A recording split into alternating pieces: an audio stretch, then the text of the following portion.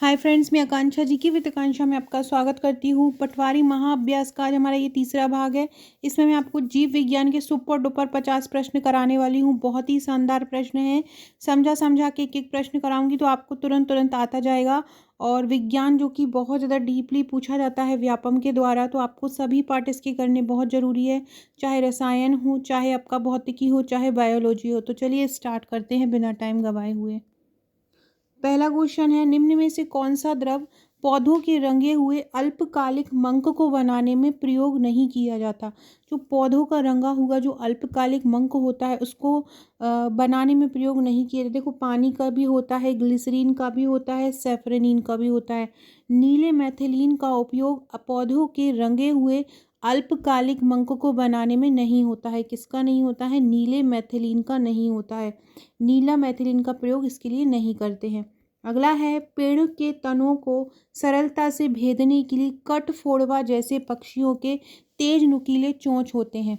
जो पेड़ के तनों को जिससे वो सरलता से काट सकें, इसके लिए कठफोड़वा जो पक्षी होता है, कठफोड़वा नाम का एक पक्षी होता है, उसके पक्षी के क्या होते हैं? चोंच बहुत ज़्यादा नुकीली होती हैं। तो ये क्यों होती हैं? बल एक छोटे से केंद्र पर केंद्रित हो, नुकीली चोंच का क्षेत्र इसके सिरे से अधिक हो, बल एक बड़े क्षेत्र पर केंद्रित हो, लगाया गया दाब कम हो। देखो, चोंच इसलिए होती है कि जिस जगह को वो कुरेदें, एक छोटी सी पतली सी कोच तेज होती है, उस जगह पे ही उनका बल केंद्रित हो। तो क्या हो जाएगा? बल एक छोटी जगह पे केंद्रित हो, इसी के कारण तेज नुकीली चोंच होती है। इसके बारे में पढ़ लेते हैं। पेड़ के तनों को सरलता से भेजने के लिए कठफोड़वा जैसे पक्षियों के तेज नुकीले चोंच होते हैं ताकि बल एक छोटे से केंद्र पर केंद्रित हो। ये एमपीएसआई के एग्जाम में आया है, व्यापम के ही एग्जाम का क्वेश्चन है ये। तो सोच लीजिए आप, इसी प्रकार के क्वेश्चन व्यापम पूछता है। अगला है, नलिकाओं का समुच्चय जो हमारे घरों या सार्वजनिक भवनों में बाहित मल को जल उपचार संयंत्र तक ले जाते हैं। नलियों का एक जाल होता है, नलियों का एक समूह होता है जो हमारे घरों में या सार्वजनिक भवनों में ले जाते हैं, उपचार संयंत्र तक ले जाते हैं। वो क्या कहलाता है? नली प्रणाली, मल नल, परिवहन या मल व्यवस्था। तो ये कहलाता है मल व्यवस्था। क्या कहलाता है? मल व्यवस्था कहलाता है। फ्रेंड्स, अगर मेरे चैनल पर अगर आप नए हैं, पहली बार देख रहे हैं, तो प्लीज़ चैनल को सब्सक्राइब जरूर कीजिएगा ताकि आपको आने वाले वीडियोस की इन्फॉर्मेशन आपको तुरंत मिल जाए। और इसके अलावा वीडियो अच्छा लगे तो वीडियो को शेयर कीजिएगा। आपको एग्ज़ाम तक बहुत ही शानदार शानदार वीडियो लेके आने वाली हूँ। ऐसे वीडियो जहाँ से प्रश्न बनना ही बनना है। कल इंग्लिश का भी मैराथन लेके आऊँगी, लगभग 100 प्रश्नों का। अगला है, चमगादड़, टिड्डा तथा कबूतर के पंख किसका उदाहरण है? चमगादड़, टिड्डा तथा कबूतर। देखो देखो, आप देखेंगे चमगादड़ का पंख हो, चाहे टिड्डे का पंख हो, चाहे कबूतर के पंख हो, पंख काम एक ही कर रहे हैं। मतलब कार्य इनका समान है, बट इनकी उत्पत्ति अलग अलग हुई है। तो इस प्रकार के जो अंग होते हैं वो समवृत्तीय अंग रहते हैं, जो कार्य एक करते हैं लेकिन उनकी उत्पत्ति असमान होती है। तो ये क्या हो जाएंगे? समवृत्तीय अंग हो जाएंगे। इनके आप इनके बारे में पढ़ लेते हैं। जिनकी वाद्य संरचना लगभग समान होती है लेकिन उत्पत्ति अलग अलग होती है। समवृत्तीय अंग क्या होते हैं? जो होते तो एक समान, कार्य तो एक समान करते हैं लेकिन इनकी उत्पत्ति अलग अलग होती है। वो कैसे होते हैं? समवृत्तीय अंग होते हैं। अगला है, अधर का विपरीत है। देखो, शरीर का पृष्ठ जो है वो दो भागों में विभक्त रहता है। हिंदी में अगर देखा जाए तो एक होता है अधर और एक होता है पृष्ठीय। क्या होता है? अधर और पृष्ठीय होता है। अब जब अधर एक भाग हो जाएगा तो इसके विपरीत कौन सा भाग हो जाएगा? पृष्ठीय हो जाएगा। इसकी अंग्रेजी भी हम पढ़ लेते हैं। सभी बहुकोशिकीय जीवों के शरीर को दो सतहों में बांटा है। सभी बहुकोशिकीय जो जीव होते हैं उनका शरीर होता है दो भागों में बटा होता है।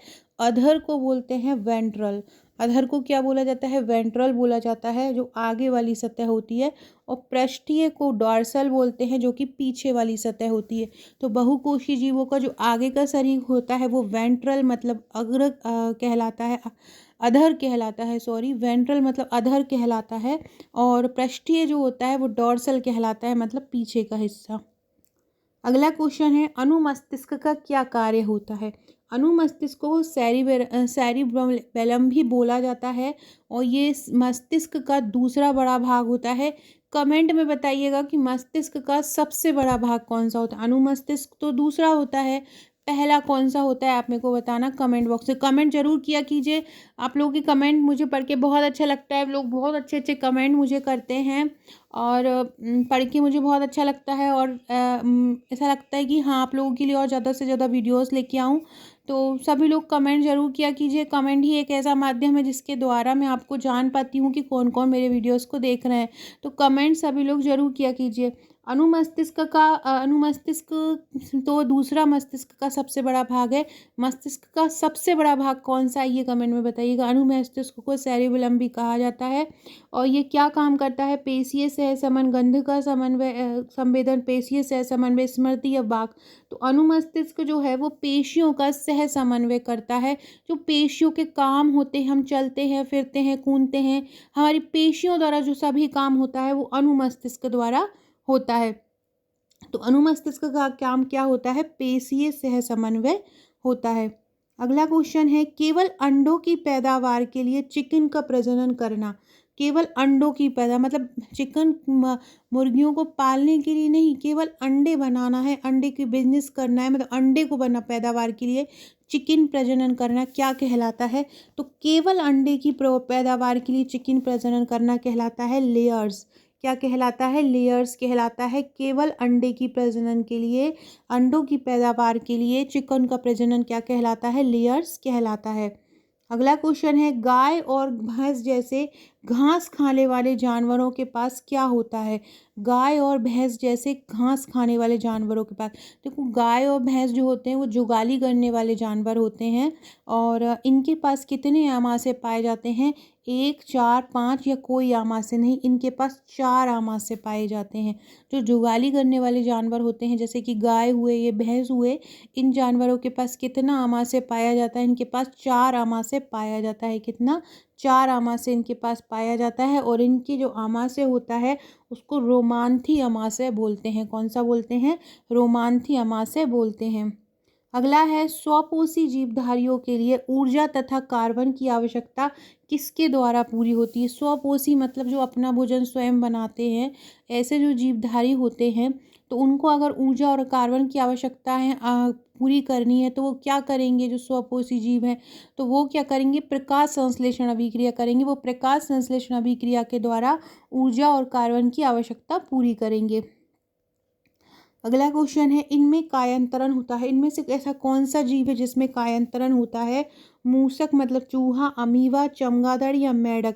तो इसका आंसर होगा मेढक। मेढक में कायांतरण होता है। ये वयस्क अवस्था में बदल जाता है और इसमें कायांतरण होता है मेढक में। एक वयस्क का हृदय प्रति मिनट औसतन कितनी बार धड़कता है? बहुत सरल क्वेश्चन है, 72 बार धड़कता है। और आपसे पूछे एक बच्चे का कितनी बार धड़कता है? तो बच्चे का 150 बार धड़कता है और मनुष्य का कितनी बार? 72 बार धड़कता है। इसके बारे में पढ़ लो। वयस्क का हृदय 72 बार धड़कता है, शिशुओं में 150 बार धड़कता है तथा प्रति स्पंदन मतलब रक्त पंप कितना करता है? 70 ml प्रति स्पंदन रक्त पंप ये करता है। अगला क्वेश्चन है, पाश्चुरीकृत दूध को उबाले बिना कि उपभोग बिना भी उपयोग किया जा सकता है क्योंकि यह हानिकारक जीवों से मुक्त होता है। इस प्रक्रिया में दूध को लगभग कितना पे गर्म किया जाता है? देखो पाश्चुरीकृत दूध को पाश्चुरीकृत इसलिए बोला जाता है क्योंकि इसकी खोज लुई पाश्चर ने की थी तो उनके नाम पर ये बोला जाता है। और इसके लिए क्या कहते हैं? 15 से 30 डिग्री 15 से 30 सेकेंड के लिए इसको रखते हैं 70 डिग्री सेल्सियस पर। 15 से 30 सेकेंड के लिए 70 डिग्री सेल्सियस पर जब रखते हैं तो दूध का पाश्चुरीकरण हो जाता है। निम्न में से कौन सा जीव प्रोटिस्टा जगत से संबंधित? देखो इसके लिए सबसे पहले एक ये टेबल मैं आपको बता देती हूँ, उससे आपको जितने भी वर्गीकरण के क्वेश्चन होंगे वो समझ में आ जाएंगे। वर्गीकरण में सबसे पहला है लीनियस, सबसे पहले वर्गीकरण के पिता कहलाते हैं। आपसे पूछे आधुनिक वर्गीकरण के पिता कौन है तो वो लीनियस कहलाएंगे। आधुनिक वर्गीकरण का पिता कौन है? लीनियस है। सबसे उच्च वर्ग क्या होता है? इनके अंतर्गत सबसे उच्च वर्ग होता है जगत, जिसको बोलते हैं किंगडम। और सबसे निम्न वर्ग होता है जाति, जिसको बोलते हैं स्पीसीज। अब लीनियस ने क्या किया था? 6 वर्ग प्रकार का वर्गीकरण किया था। आपसे पूछ सकते हैं कि लीनियस ने कितना प्रकार का वर्गीकरण किया? तो लीनियस ने 6 प्रकार का किया था। कौन कौन सा? सबसे पहला था जगत, जिसको बोलते हैं किंगडम। दूसरा था उपजगत, जिसको बोलते हैं फाइलम। तीसरा था क्लास मतलब जिसको बोलते हैं वर्ग। चौथा था उपवर्ग जिसको बोलते हैं ऑर्डर। पांचवा था वंश और छठवा था स्पीसीज मतलब जाति। तो इस प्रकार से ये बांटा था जगत, उपजगत, वर्ग, उपवर्ग, वंश और जाति। ये थी किसके बारे में, किसने बताई है, लीनियस ने। फिर सबसे पहले किसने किया था इसका वर्गीकरण, सबसे पहले किया था अरस्तु ने। अरस्तु ने जीव जगत को दो समूह में बांट दिया था और ये हमें पता चलता है इनकी पुस्तक सिस्टेमा नेचुरी से। दो जगत में किसमें अरस्तु ने जीव जगत को दो किस रूप में बांटा था, सबसे पहले बांटा था वनस्पति में और दूसरा बांटा था जंतु में। इस प्रकार से दो भागों में बांटा था। किसने बांटा दो भागों में, अरस्तु ने बांटा। इसके बाद 1969 में ये क्वेश्चन पूछा जाता है कि विटकर ने जो द्विजात जगत वर्गीकरण प्रणाली है, द्विजगत वर्गीकरण प्रणाली थी जो जीव और पादप में बांटा था, उसको कितने समूह में बांट दिया। तो इन विटकर ने इसको बांट दिया था 5 जगत प्रणाली में। कब बांटा था, 1969 में। 1969 में विटकर ने इस जगत प्रणाली को 5 भागों में बांट दिया था। कौन कौन सा था, सबसे पहला था मोनेरा। मोनेरा में क्या आते थे, प्रोकैरियोटिक जीव आते थे, उन जैसे कि जिनमें केंद्रक का अभाव होता है, जैसे जितने भी जीवाणु होते हैं, साइनोबैक्टीरिया हैं और आर्कीबैक्टीरिया है, जीवाणु हैं, ये सभी किस में आ जाते थे, मोनेरा में। दूसरा बांटा था प्रोटिस्टा में। प्रोटिस्टा में क्या होता था, प्रोटिस्टा में एक कोशिकीय जीव आ जाते थे, जैसे कि अमीबा है, पैरामीशियम है। इसके अलावा युगलिना भी इसी में था। युगलिना को पादप और जंतुओं के बीच की कड़ी कहा जाता है। फिर अगला था कवक जगत। तीसरा कवक जगत मतलब फंजाई। इसमें सभी मरजीवी तथा मृत पदार्थों जो पर निर्भर रहने वाले जीव आते थे। फिर आता था जंतु जगत, इसमें सभी जंतु आ जाते थे। पादप जगत में सभी पादप आ जाते थे। तो इस प्रकार से 5 भागों में इसने इसको बांटा था। अब हम इसके क्वेश्चन करते हैं। पहला क्वेश्चन है, निम्नलिखित कौन सा जीव प्रोटिस्टा जगत से संबंधित नहीं है। प्रोटिस्टा जगत से संबंधित नहीं है, देखो अमीबा एक कोशिकीय है, ये भी है। पैरामीशियम एक कोशिकीय है, ये भी है।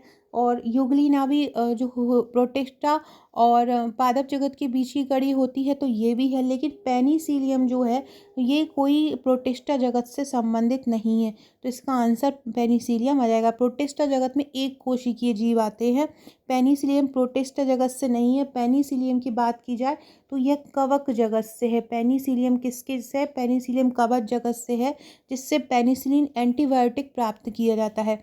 तो जो पेनिसिलिन है वो प्रोटिस्टा जगत से संबंधित नहीं है। अगला क्वेश्चन है, स्पंज वास्तव में क्या होते हैं। तो स्पंज होते हैं वास्तव में क्या होते हैं, पादप होते हैं, कवक होते हैं, एक कोशिकीय होते हैं, जंतु होते हैं। तो जो स्पंज होते हैं वो नॉर्मली समुद्री जीव कहलाते हैं। तो ये जीव की जंतु की श्रेणी में आ जाते हैं। स्पंज क्या होते हैं, जंतु की श्रेणी में आ जाते हैं। फ्रेंड, जीव विज्ञान का एक सुपर डुपर 200 से 300 प्रश्नों का एक मैराथन लेके आऊँगी। उसमें आपके पूरे जीव विज्ञान के क्वेश्चन कवर हो जाएंगे। यहाँ तो मैंने वर्गीकरण से संबंधित क्वेश्चन डाले हैं। एक मैराथन लेके आऊँगी परसों नरसों में, उसमें पूरे जीव विज्ञान के क्वेश्चन एक साथ में आपको करवा दूंगी। स्पंज जो होता है अमेरुदंडु पोरीफेरा संघ का समुद्री जीव है। याद रखिएगा, स्पंज किसका है, स्पंज पोरीफेरा जगत का है। स्पंज किसका है, पोरीफेरा संघ का है। यह मीठे एवं खारे पानी में पाया जाता है। इनके शरीर पर छोटे छोटे छिद्र होते हैं जिससे जल इनके शरीर में प्रवेश कर जाता है।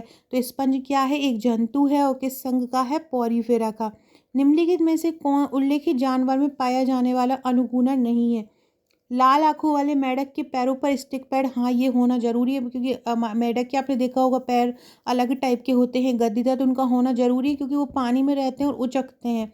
तो इसलिए ये तो अनुकूलित है। दूसरा है टूकेन की नुकीली लंबी चोंच, ये भी जरूरी है। लंबी चोंच के द्वारा ही वो बल लगाकर कोई चीज़ खींच पाते हैं। बंदर की लंबी पूंछ भी जरूरी है, लेकिन बंदर के नुकीले पंजे उसके लिए अनुकूलित नहीं है। तो यही आंसर आपका हो जाएगा। अगला है, टिड्डे किसके द्वारा तेज आवाज करते हैं। टिड्डे किसके द्वारा तेज आवाज करते हैं, अपने पंखों को साथ में रगड़कर, अपने पिछले पैरों को पंखों के विपरीत रगड़कर। यही आंसर हो जाएगा। टिड्डे, आपने सुना होगा बारिश के समय बहुत तेज आवाज़ आती है, टे टे टे टे कीड़े करते रहते हैं, वो किसकी होती है, वो उनकी आवाज़ होती है, वो अपने जो पीछे वाले पैर होते हैं उसको पंखों के विपरीत रगड़ देते हैं। पीछे के पैरों को पंखों के अपोजिट, जहाँ पंख होंगे उसके अपोजिट रगड़ देते हैं, जिससे तेज आवाज़ इसकी आती है। टिड्डे जो है वो ऑर्थोप्टेरा गण का कीट होता है और ये इसके द्वारा अपना, जैसे मैंने बताया, पिछले पैरों को पंखों के विपरीत करके आवाज़ निकालता है। कौन सा जरायुज पशु का उदाहरण है। जरायुज वो होता है जो अपने पेट में एक बच्चे को पालता है, अपने पेट में बच्चे को रखता है, जैसे कि मनुष्य होता है। तो मनुष्य भी एक जरायुज है, लेकिन मेढक जरायुज नहीं है, ना सांप जरायुज है, ना शुतुरमुर्ग जरायुज। कंगारू जो है वो जरायुज प्राणी हो जाएगा। बाकी ये सब अंडज प्राणी है, ये अंडे देते हैं।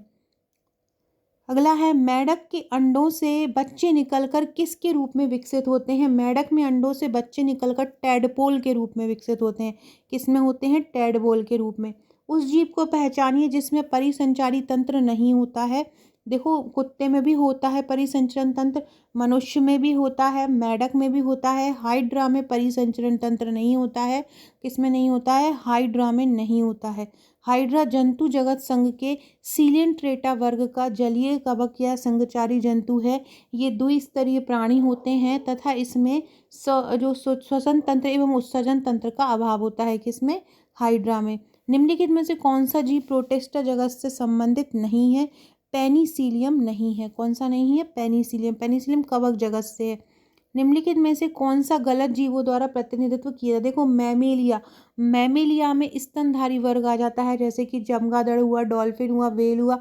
ये बिल्कुल सही हो जाएगा। इसमें ये बताना है कि कौन सम्मिलित नहीं करता है।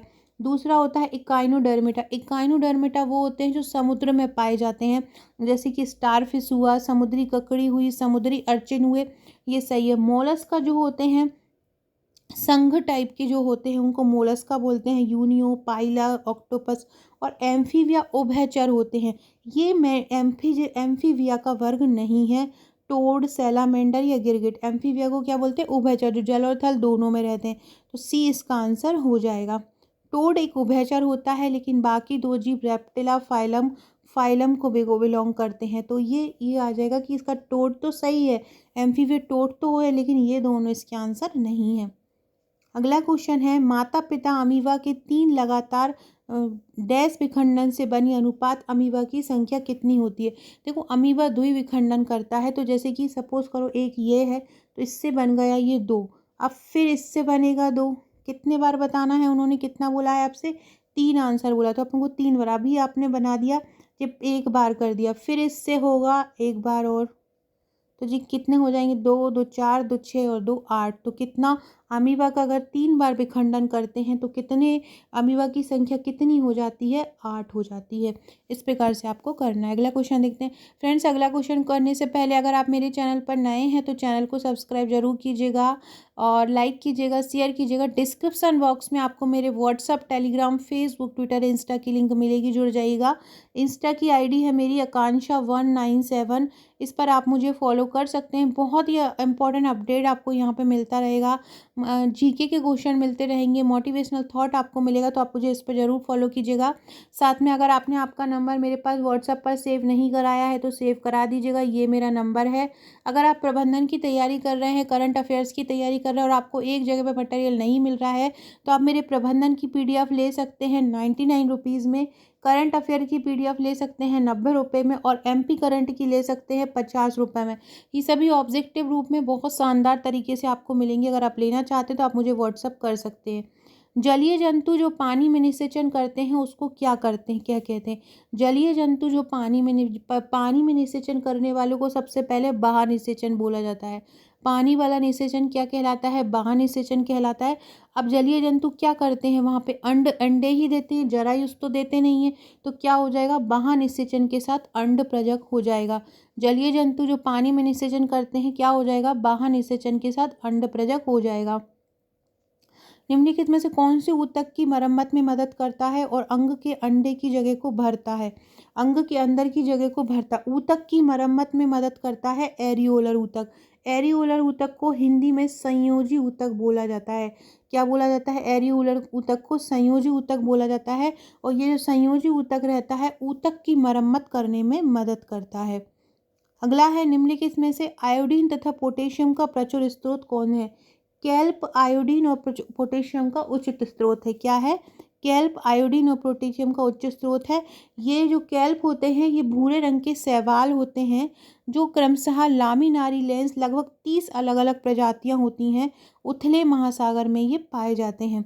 सेलुलोज को पचाने के लिए दीमक की आंत में क्या होता है? सेलुलोज को पचाने के लिए दीमक की आंत में जीवाणु या बैक्टीरिया होते हैं।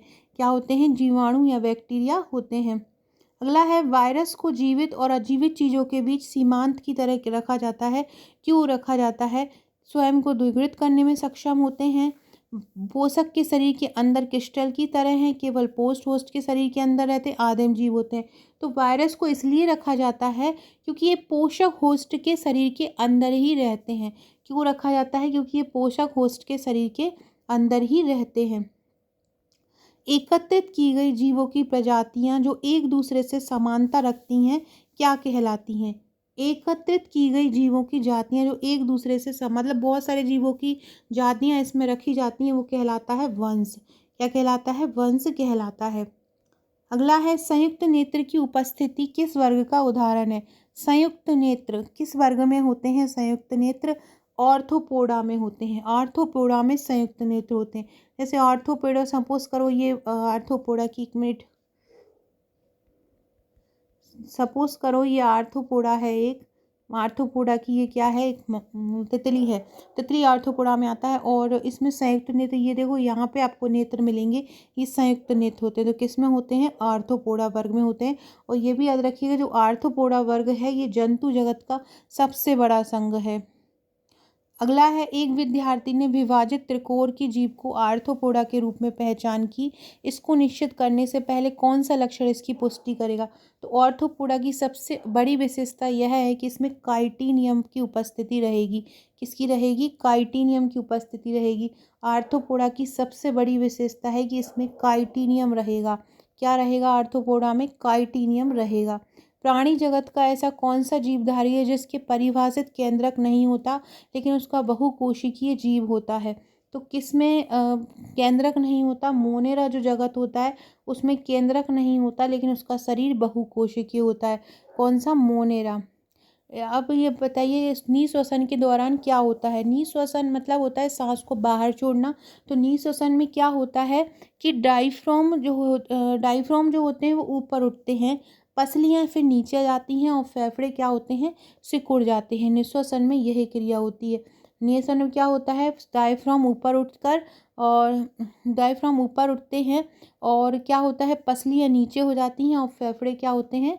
सिकुड़ जाते हैं। मैदा, खमीर, शक्कर और गर्म पानी से गुथा हुआ आटा उठ जाता है, फूल जाता है। क्यों हो जाता है?